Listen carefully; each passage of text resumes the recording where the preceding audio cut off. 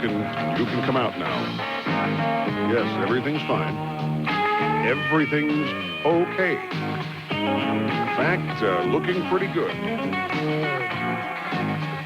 You know why you should really feel good? Did you hear what Bill Gates lost? I have it right here, ladies. Bill Gates, on paper, lost $1.76 billion yesterday. Does that not make you feel great? Greetings, my friends. It's old El Rushball and the Excellence in Broadcasting Network, and we've got Broadcast Excellence 3 hours straight ahead. The first observation, I think, and probably the most poignant observation to make is, of those of you who were glued to your television sets all afternoon and night yesterday and early this morning, can any of you recall any expert predicting this bounce, this recovery today? Did anybody predict? No, they did not. And they are all stunned by this. They are, for the most part, at a loss to explain it. I have never seen such a faster shifting of gears in the financial media. This morning, all the financial networks on cable are lining up their guests who will explain the further fall into doom and gloom today, what it means for the average American. And in a space of 5 minutes, the Dow Jones Industrial Average went from being down 184 to up 4. And it just caught them all off guard. And all the guests, no doubt, that were scheduled to explain the doom and gloom were broomed, and they had to go out and find some guests who could explain why this was happening. One of the experts was no less than the president of the New York Stock Exchange, who I saw interviewed on CNBC this morning. And he said that in large part the credit must go to President Clinton, because the president announced, by the way, the president was the Oscar Mayer Elementary School in Beijing today. I'm sorry, Chicago. He was in Chicago. Just a little humor. Clinton and Zhang actually trading places. Clinton was at the Oscar Mayer School today, elementary school. And by the way, I wish I could show you the video. Somebody had placed for him up on the podium a little 2 or 3 inch model of an Oscar Mayer wiener in a bun. And the president picked it up and says, "I'd like to show you here my Oscar Mayer wiener." I looked at it and I said, "Does that Oscar Mayer wiener, by any chance, have Peyronie's syndrome?" I mean, it was quite, my friends, a scene. Nevertheless, 10 minutes after the New York Stock Exchange president gave credit to Clinton, well, the president came out and he told us that we're in a sound economy. The fundamentals are there. And for the most part, they may be. But this rebound today began 10 minutes before the president's speech at the Oscar Mayer School. Now, if you'd like to know, and I'll tell you what, based on what I've seen on television last night and this morning, I think my opinion as to what happens here is probably just as valid as anybody else's. Nobody predicted the crash. Well, but wait a minute. That's not really true. Practically all the gurus have been expecting this so-called correction for years. They've been hoping for it. I actually think that this thing became a little self-fulfilling once the downturn began.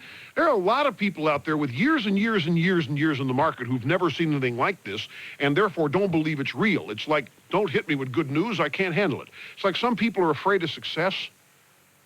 They don't believe when it's happening to them, so they don't think it's going to last a long time. And so they, in essence, construct scenarios in their lives where they aren't successful anymore just to prove themselves right. I mean, I've seen those kind of people. And I think there's some gurus in Wall Street and in the NASDAQ market and everywhere else who saw this 7-year, this boom Dow Jones Industrials levels that nobody had ever seen before, never imagined before, never dreamed before. Say, this can't be real. So at the first sign of trouble, man, all the people who've been thinking that it's going to happen now decided that this was it, and they got in on the selling frenzy. And even at that, yesterday's plummet was only 7%, not even in the top 10 of one-day falls. This was number 12. And from its August high, the Dow Jones Industrial Average is down something 13%, which is nowhere near a record either. After yesterday, my friends, I read that the market was still 20% up over its performance this year. So 20%. So it really, hell, the market has gotten so large. 100 million average Americans are in the market. 100 million average Americans are in the market. Now think about that the next time you hear a liberal Democrat say that capital gains taxes only affect the rich. Can't have those capital gains. And I got a letter last night. This is fabulous. I got a letter. The conspiracy buffs are out. Mr. Snerdley, you'll love this one. The Clinton administration caused the crash. They engineered it for the express purpose of reducing profits before the capital gains, or causing people to take profits. They wanted them to sell now and get their capital gains profits in now and be taxed this year so the government gets more money. This was Clinton deciding capital. Isn't that a great one? Don't you love the way some of these people think? Clinton caused this, my friends, because he didn't want you getting away with a lower capital gains rate next year. So he forced you to sell now so he gets a bigger tax bite from it, he and Rubin. I'm just of the opinion that with 100 million people in them, and they're, another thing too, the experts are so wrong in this stuff. I can remember in the past 2 to 3 years, as the mutual funds began to attract more and more average Americans and mom and pop investors, retirees who said, I'm not going to leave my money in a CD. I can't live on a CD. Interest rates are too low. I got to take a bigger risk. And so the analysts were saying, I don't think these people, these new arrivals in the market, I don't think they can handle the pressure of a huge drop. I don't know if they'll hang in there. I think we should be prepared for these new investors to run for cover at the first small sign of trouble. You remember hearing that, HR? I've heard that for the last 3 years. Well, guess what? They stayed in. They stayed in, and they're back to it. There was not this mad panic. The only people in panic were the financial press. Because they like it. They don't make enough money to be in the market. They just, they get their clothes allowances. They look like they have a lot of money, but they don't really. There are exceptions. But I mean, they love bad news, man. It's what everything turns on. But I actually think that there's something far more substantive to explain what happened today than any Robert Rubin speech or Bill Clinton speech. A little known fact. I don't know. You may have heard this reported. I don't know. But IBM this morning said that it had allocated another $3.5 billion to its budget for buying back its own stock.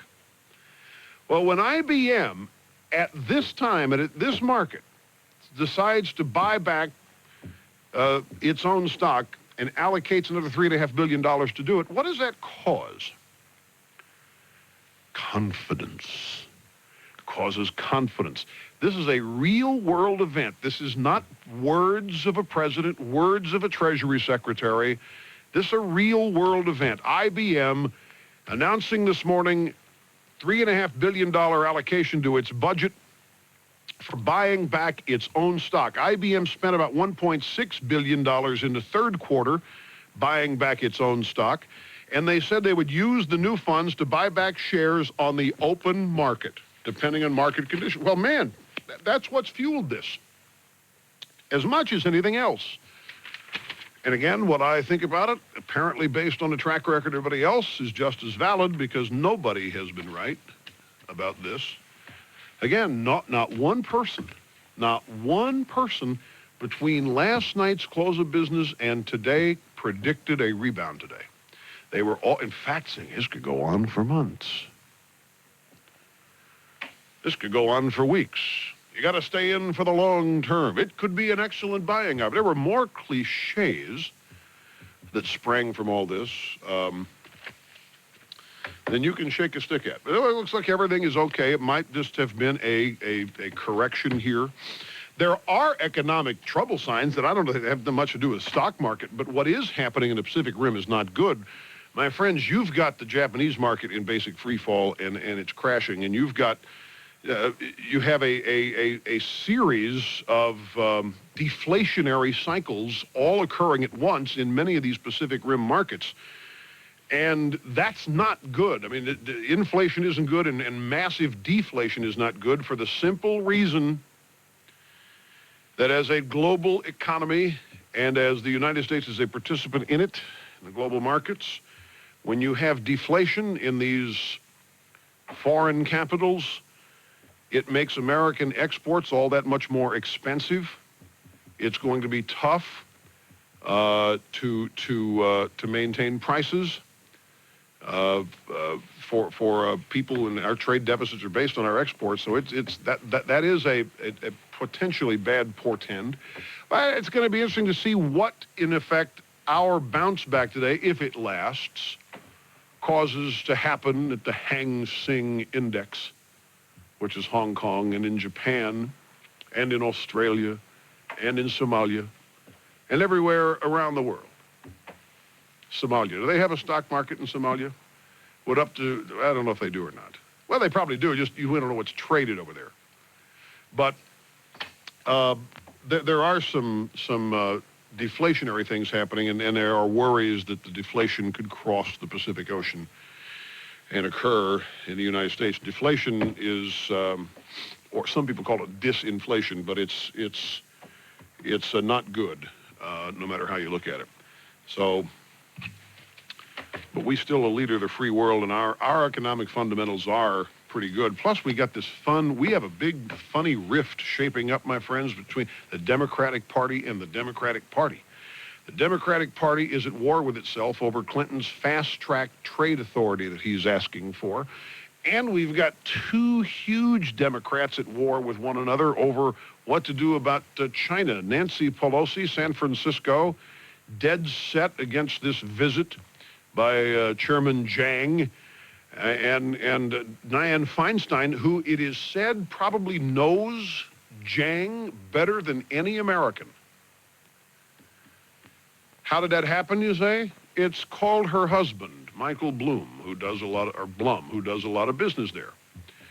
The Dai-Fi, very close to Jiang, and thinks it's fine and dandy, he's coming, we should open that market even more. Now, she and Pelosi live less than 2 miles apart in San Francisco, but they are worlds apart on this particular policy. I got all sorts of fun stuff here today, folks. We've got some of it is funny, some of it's going to be lighthearted, some deadly serious. For example, we've learned something, and I think this is something that'll comfort almost all of you in the audience today. We now know that Chairman Jiang Zemin cries. Yes, he weeps at funerals, he hugs children, and plays piano on television. What does this mean? It means, not necessarily a guest appearance on Oprah. It means he cares. It means that we can trust him. It means that he's human, after all. He cries. He cried while delivering the eulogy to Deng Xiaoping. At a Communist Party exhibition in September, he sat down at a piano for an impromptu recital. State TV has shown him comforting the poor and the unemployed. The man is a butcher. And look at what we're writing about him in our American press. The guy's a butcher. The guy systematically murders people. He puts them in prison. He rips out their nails, fungus or not. He inflicts tremendous pain on his own people. Look at this. He cried. He's been shown comforting the poor and the unemployed.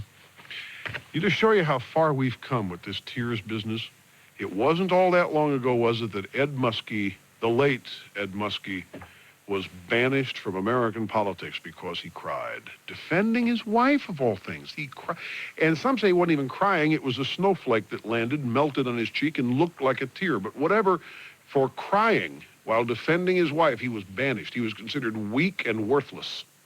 Now, it's a resume requirement. So much so that the leading butcher of the world has to have a PR machine putting out the notion that he cries and weeps. All for the consumption of the U.S. public. I hope you people are proud of where you've taken us.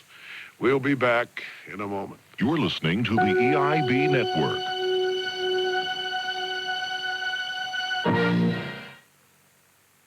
Time for opinions and analysis of the news with Tom Tradip. And a happy, happy Tuesday, especially for Florida Marlins fans who are still celebrating. Yes, the honking horns, the drunken revelry, cats kissing dogs. This is the mood of a World Series celebration. Naturally, one would expect that for one team to win the World Series, yet another would have to lose. But as we've discussed many times here on the air, in America in 1997, nobody loses. Thus it was that an unrepentant Cleveland Indians manager, Mike Hargrove, faced reporters after his team lost to the Marlins. After the game, I told them to be proud of themselves. They're a good ball club. That they played a good series, and they had a very good postseason, and there's no reason for them to feel ashamed or sad or anything. Mike Hargrove added they've got nothing to apologize for, and he pointed to the Indians' dugout saying, "I've got a bunch of winners in there." Actually, Mike, you don't. Let me explain to you how Major League Baseball operates. Two teams play, and at the end of the game, if one team has a larger score than the other one, we refer to the team that posted the larger score as the winners and the other guys as the losers. Your team came up losers, and I, for one, find it annoying that their manager insists on referring to them as just the opposite. Then, of course, there's Barry Switzer, the foul-mouthed, illegal handgun-toting coach of the Dallas Cowboys. On Sunday, his Pokes battled the Philadelphia Eagles, and very much like the Indians, they came up losers. Final score, Philadelphia 13, Dallas 12. My guess is that nobody in the crowd of 67,106 considers the Cowboys as winners. Yet here's old Barry blaming poor work by the rookies and bad weather and having to roll the clocks back for standard time and on and on and on. I said we'll win football games if we still keep playing with the effort, the intensity, the desire. We played hard. That had nothing to do with the ball game. The reason we lost the ball game is we couldn't tackle the damn backs, we couldn't line up right, and we made damn mistakes. That's why we lost the ball game. It wasn't because they didn't try and didn't get an effort and bust our every damn play. We just couldn't make plays when we had to make plays. And, of course, Mr. Potty Mouth, Barry Switzer, went on to add that, in his opinion, his team has nothing to be ashamed of, and they are winners in his book. Again, I feel compelled to ask why this annoying trend in pro sports continues. Look, everybody cannot go home a winner. That stopped when you passed your 5th birthday and your mom had to fix the games at your party so that every little kid ended up winning something, or else they'd go home crying and their mom would regret buying you the color forms or the Play-Doh Fun Factory or the Hopalong Cassidy Wild West gun rack with the look of real wood, and you wouldn't be invited to their next party. Somewhere along the line, the Mike Hargroves and bonehead Barry Switzers of the world didn't learn that life in the big leagues is not run like a birthday party. And I wish they would someday grow up and stop laying claim to being winners no matter how badly they manage to lose. For Daybreak USA, I'm Tom Tradip.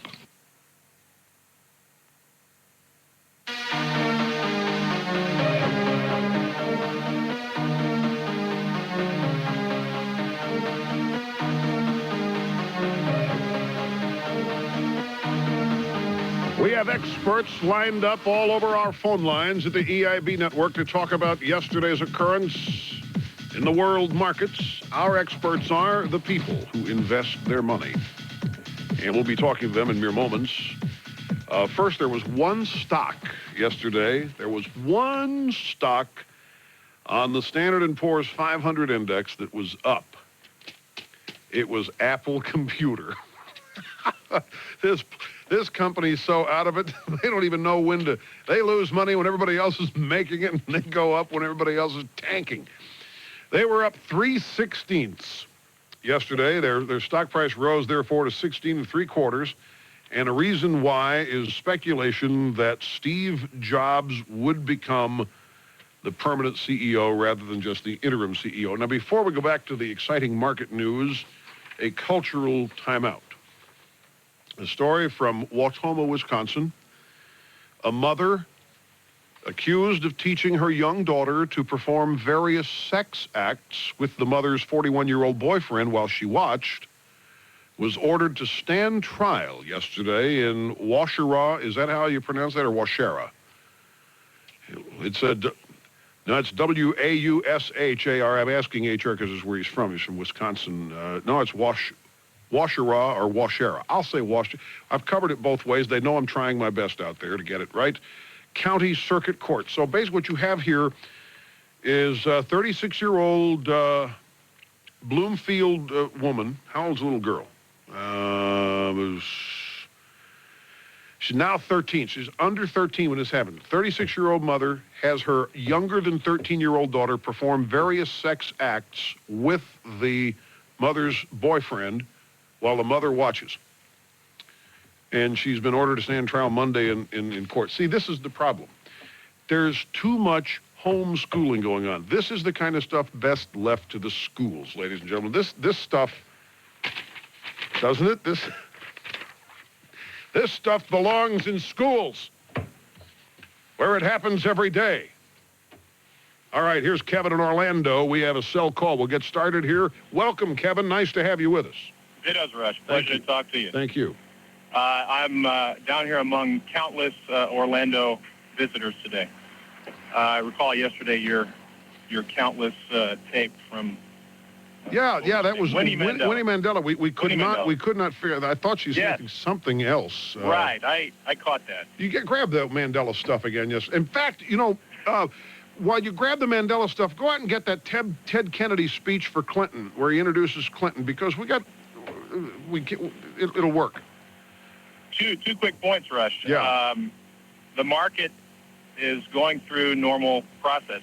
It happened in August, it happened in March, it happened in 1994, it happened in 1990, and this is just a normal thing, and people shouldn't panic. People should back the truck up to the store and buy all the tuna fish that they can. I don't think they're panicking at all. In fact, I see some people that look at this drop since, the last 7 days it's been down, and I think some people look at this now as a time to get back in. And if they've done it, they're right. You never buy into a falling market. That much is known. You don't buy into a falling market. All it took was IBM buying back some stock today, man, and that opened the doors. People felt confident. Hey, this is the time. They know what they're doing. I'm going to join them. Right. And according to your conspirators that said that this was Clinton's doing as a result of the tax law change, that hoping to get people to take capital gains prior to the first of the year, well, those idiots don't understand is that May 7th, the tax law change with regard to the capital gains went into effect. It was retroactive to May 7th. Don't tell them that. I didn't want to see you blew it. I was hoping to help spread the conspiracy. You've just blown the whole theory now by pointing out that capital gains laws and the changes in the tax rate were retroactive to May 7th. And you've just ruined these conspirators' day. Now they have to come up with something else to blame it on Clinton. All right, thanks, Kevin, very much for the phone call. I appreciate it. We've got a quick break coming up, and after that, we'll go rock solid with calls, because people want to talk about this from the standpoint of the coverage, from the standpoint of the media, and from the standpoint of the whole occurrence itself. All sorts of fun opinions coming up, and we'll join all of it right after this break. Stay with us, my good friend. 2882. Here is Taylor. This is a cell call from Mankato, Minnesota. Hello. Dittos from southern Minnesota, Rush. Thank you. Nice to have you with us. Russ, I believe that the stock market thing with the big decline yesterday and the up and down seesaw today is truly much ado about nothing. It truly, truly is. If people will remember back why they bought stocks in the first place and mutual funds, if they bought them for the correct reasons in the first place, my question is, has anything changed? Wait a second. Define for those of us that are listening the correct reasons. Long-term capital growth and long-term income. Only one problem with that. Not everybody did. There are there are a number of seasoned citizens who aren't thinking long-term when they buy as they near the life expectancy. They're simply taking a bigger risk because the interest rates have been so low, they haven't been able to live off the interest produced by their nest eggs. So they took a risk going in, and they're way up. Depending on when they got in, they're still way up even with these drops. I know what you're saying, yeah. But they would be more inclined to be a little jittery, and understandably so. But there wasn't a huge flight yesterday. No, there wasn't, and that proves the point that the investors are smarter than the financial press, as you mentioned earlier. But one thing we always have to remember is that I believe ultimately the truth will prevail. And when I say that, what I mean is stock prices are ultimately determined by the profits of the companies. And I don't care what Alan Greenspan, President Clinton, if we have a Republican, a Democrat, rising interest rates, falling interest rates, I believe none of those things matter. Really? What matters is the profits of those companies. And my question is this, does it really matter what Greenspan says as to whether or not Pepsi-Cola or Coca-Cola are going to make a profit? I can go you one better. Alan Greenspan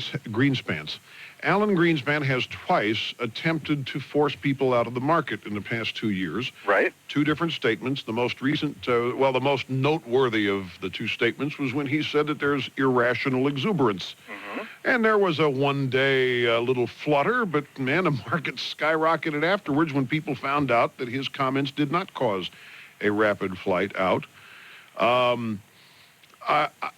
I don't disagree that earnings and the earnings ratio is key. It has one of the drops started last week. You remember there was a huge drop in the technology sector last week because a lot of them reported earnings less than were expected. Right. So I don't disagree with that, but I do think that that there can be some temporary impact, and Greenspan hasn't said a whole lot.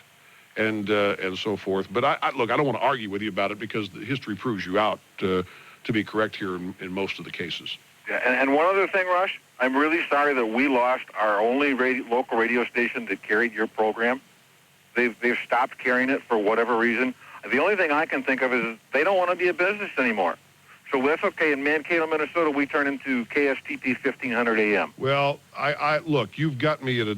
I'm not going to sit here and criticize radio stations, either present or former radio stations, but I'm going to tell you that it has nothing to do with what you're thinking about. The Mankato situation is one I'm familiar with because I'm getting mail from Mankato people who are wondering what's going on. And just trust me, this is a business decision, pure and simple.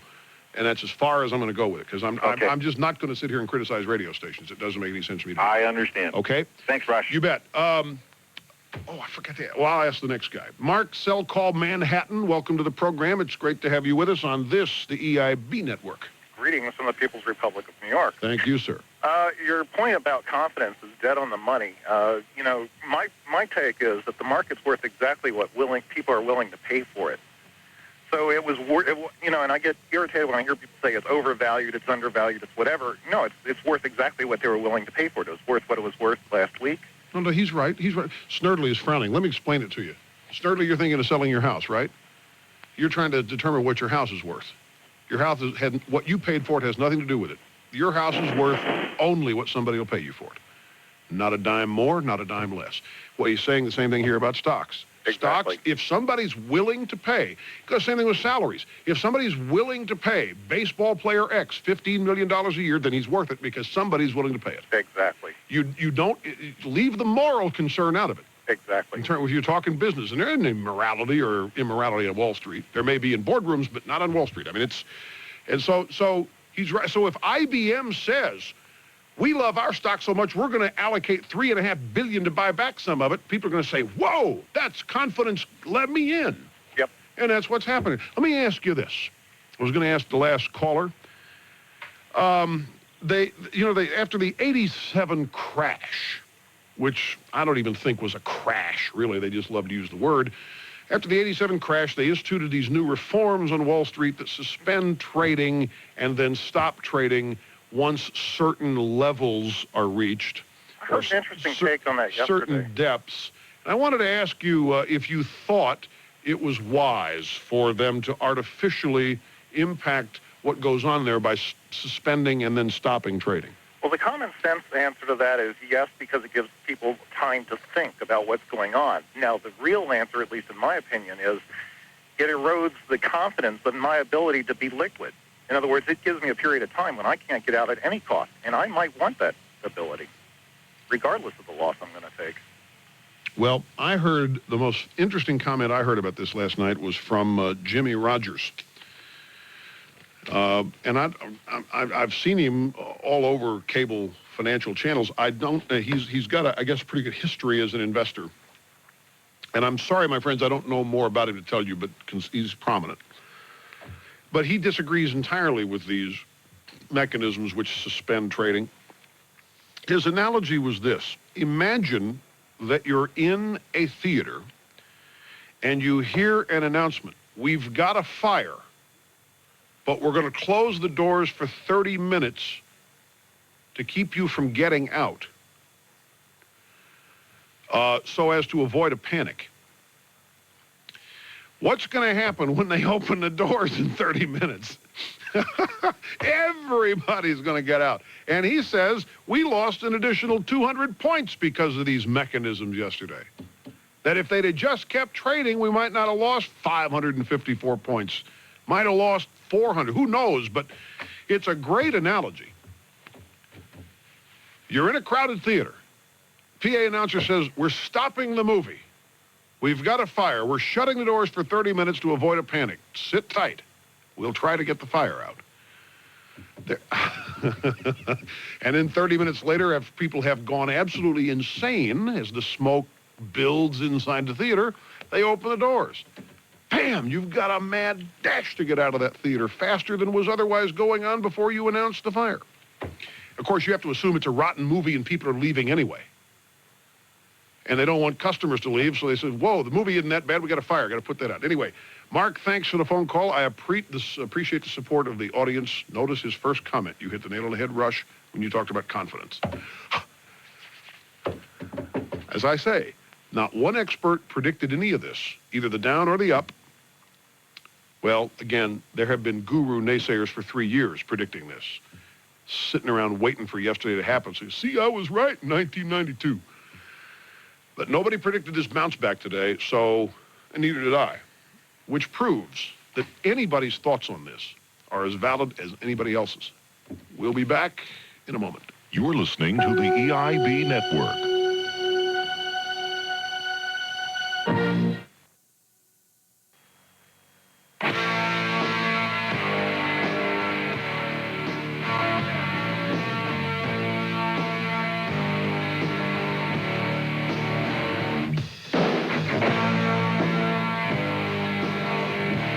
Welcome back, Rush Limbaugh, the Excellence in Broadcasting Network. This is a bad story here, ladies and gentlemen. Authorities in Normal, Illinois, are investigating the mysterious death of a Bloomington, Illinois man whose body was found compacted in a 1,000-pound bale of cardboard and paper. Normal police don't know if they're dealing with foul play or an accidental death at the Weyhauser Recycling Center. Harold Donnelly's a man, 47 years old, discovered by a forklift operator. Somebody's taking recycling a bit too far. The guy probably was a smoker. Some anti-smoking Nazis didn't like the guy, thought he needed to be recycled. Here we go. Back to the phones. Frank in Alexandria, Virginia. Welcome to the EIB Network. Thanks, Rush. It's a pleasure. Thank you. I'm on my way to the cigar shop, so I have to get off quickly. What are you going to get? I don't know. They've got a special running this week. I'll have to check it out. I was just calling. It's my understanding that the triggers that are in place on the markets have more to do with their capacity to move money back and forth and to actually to process the transactions than they actually do with allowing the market to take a breath and relax. And that these triggers were based on the amount of money and the transactions they could move in 1987 and not necessarily on their capacity to move transactions today. I haven't heard anybody speak to this. Yeah, I haven't either. But and I don't know about that. If that's true, I did hear Rubin did you may have swerved into something here because Robert Rubin yesterday did say something about, in describing the fundamentals as being basically sound. He said that payments were easily makeable, and what that means when you have a massive sell-off yesterday. For people to sell, you've got to have buyers, and the buyers have to be able to pay for what they're buying. And he said that process is sound. We have the ability to make payments on these transactions, and so we're not so much worried about it. One of the problems, though, with these triggers that shut everything down, is that our market, therefore, is incomplete yesterday. If it's yesterday, we suspend trading, and that's it. We, in essence, close shop early. Markets around the world who have not yet opened see that and have to guess as what would happen had our market stayed open, which adds further volatility in these foreign markets. I don't know that there's a whole lot good in these triggers, to tell you the truth. Hello? Anybody there? I guess he's gone. I was waiting for a comment from the caller. Maybe he put the phone down to run get his cigars, which I could totally understand.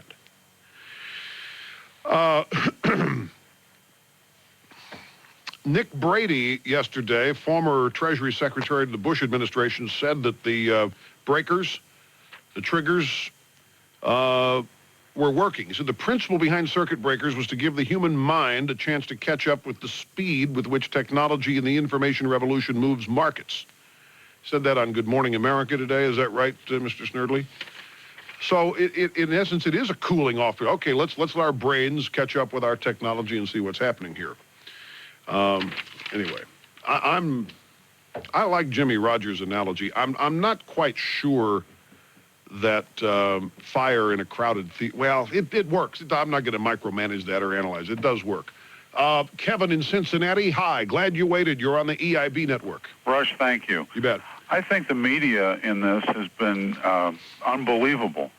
They've trotted out. They've had Nicholas Brady on this morning on Good Morning America, and they've interviewed various Reagan Bush people to kind of calm everybody's fears.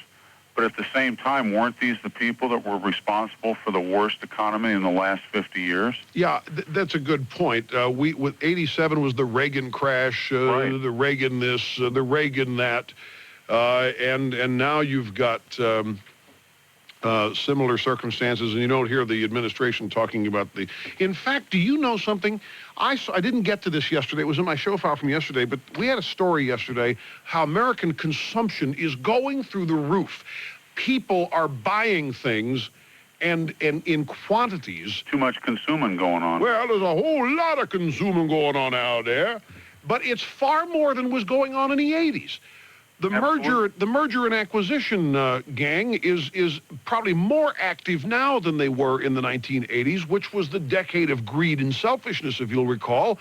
And nobody is alarmed at the conspicuous consumption going on in the 1990s. No, and then the media also, all they're concentrating on is the 7% drop.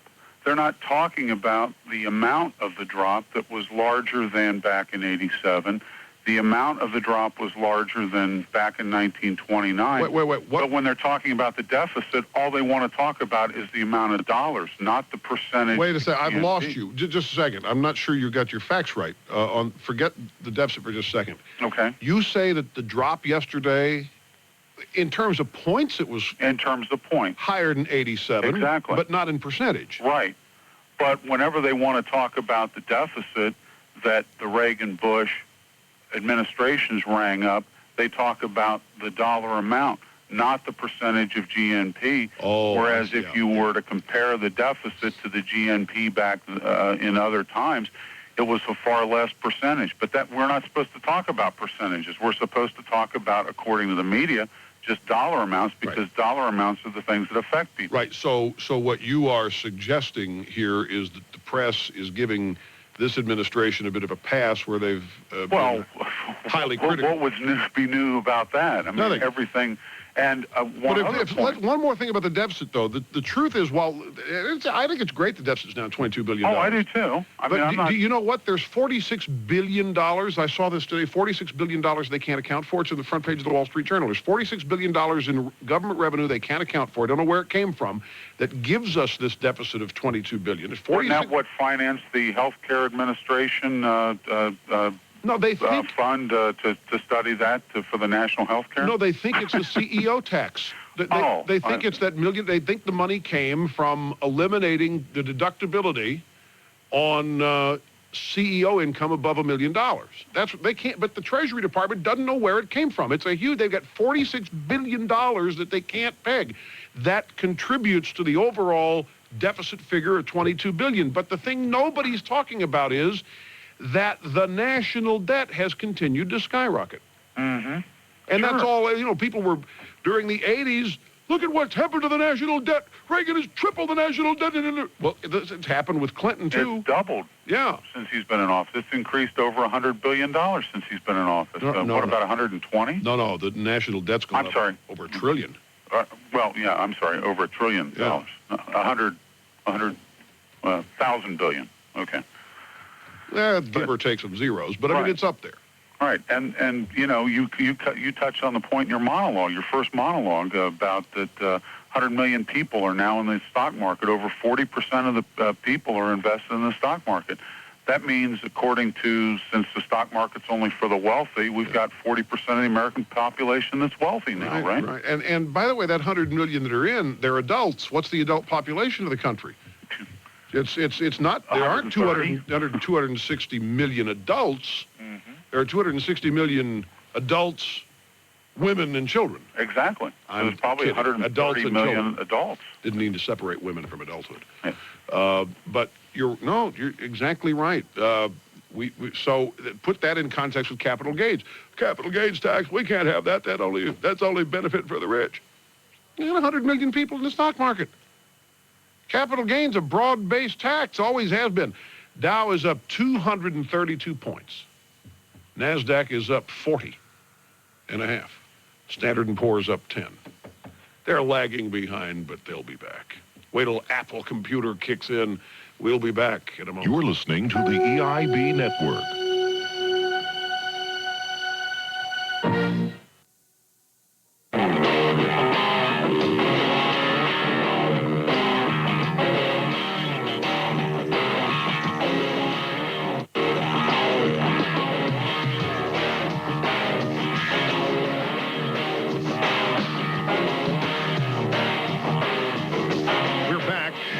Excellence in Broadcasting Network, Rush Limbaugh to Portland, Oregon.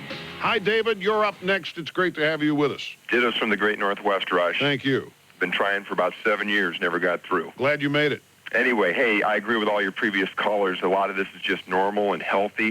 In fact, I'm kind of excited the market may get back to some basic principles that we can rely on again. Anyway. Where did they go?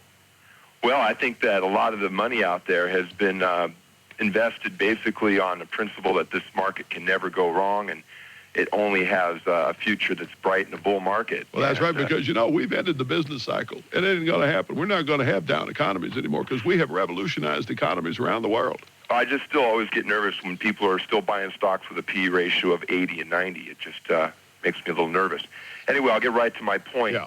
The real fallout from this is the great entertainment of the financial news shows and financial pundits and their contradictions and 180-degree changes and then back around 360 degrees. Anyway, there's apparently been quite a bit of confusion out there. Probably most of that confusion is with the all-knowing media. This morning on the NBC Today show, Matt Lauer was in an interview with CNBC financial correspondent Tyler Matheson. Okay, I'm going to have to stop you because it sounds like you're reading, and I'm not going to have time to let you finish. Hold on through the break, and when we come back, just tell me what you heard there. We'll take a break and be back here in just a second, folks. Don't go away.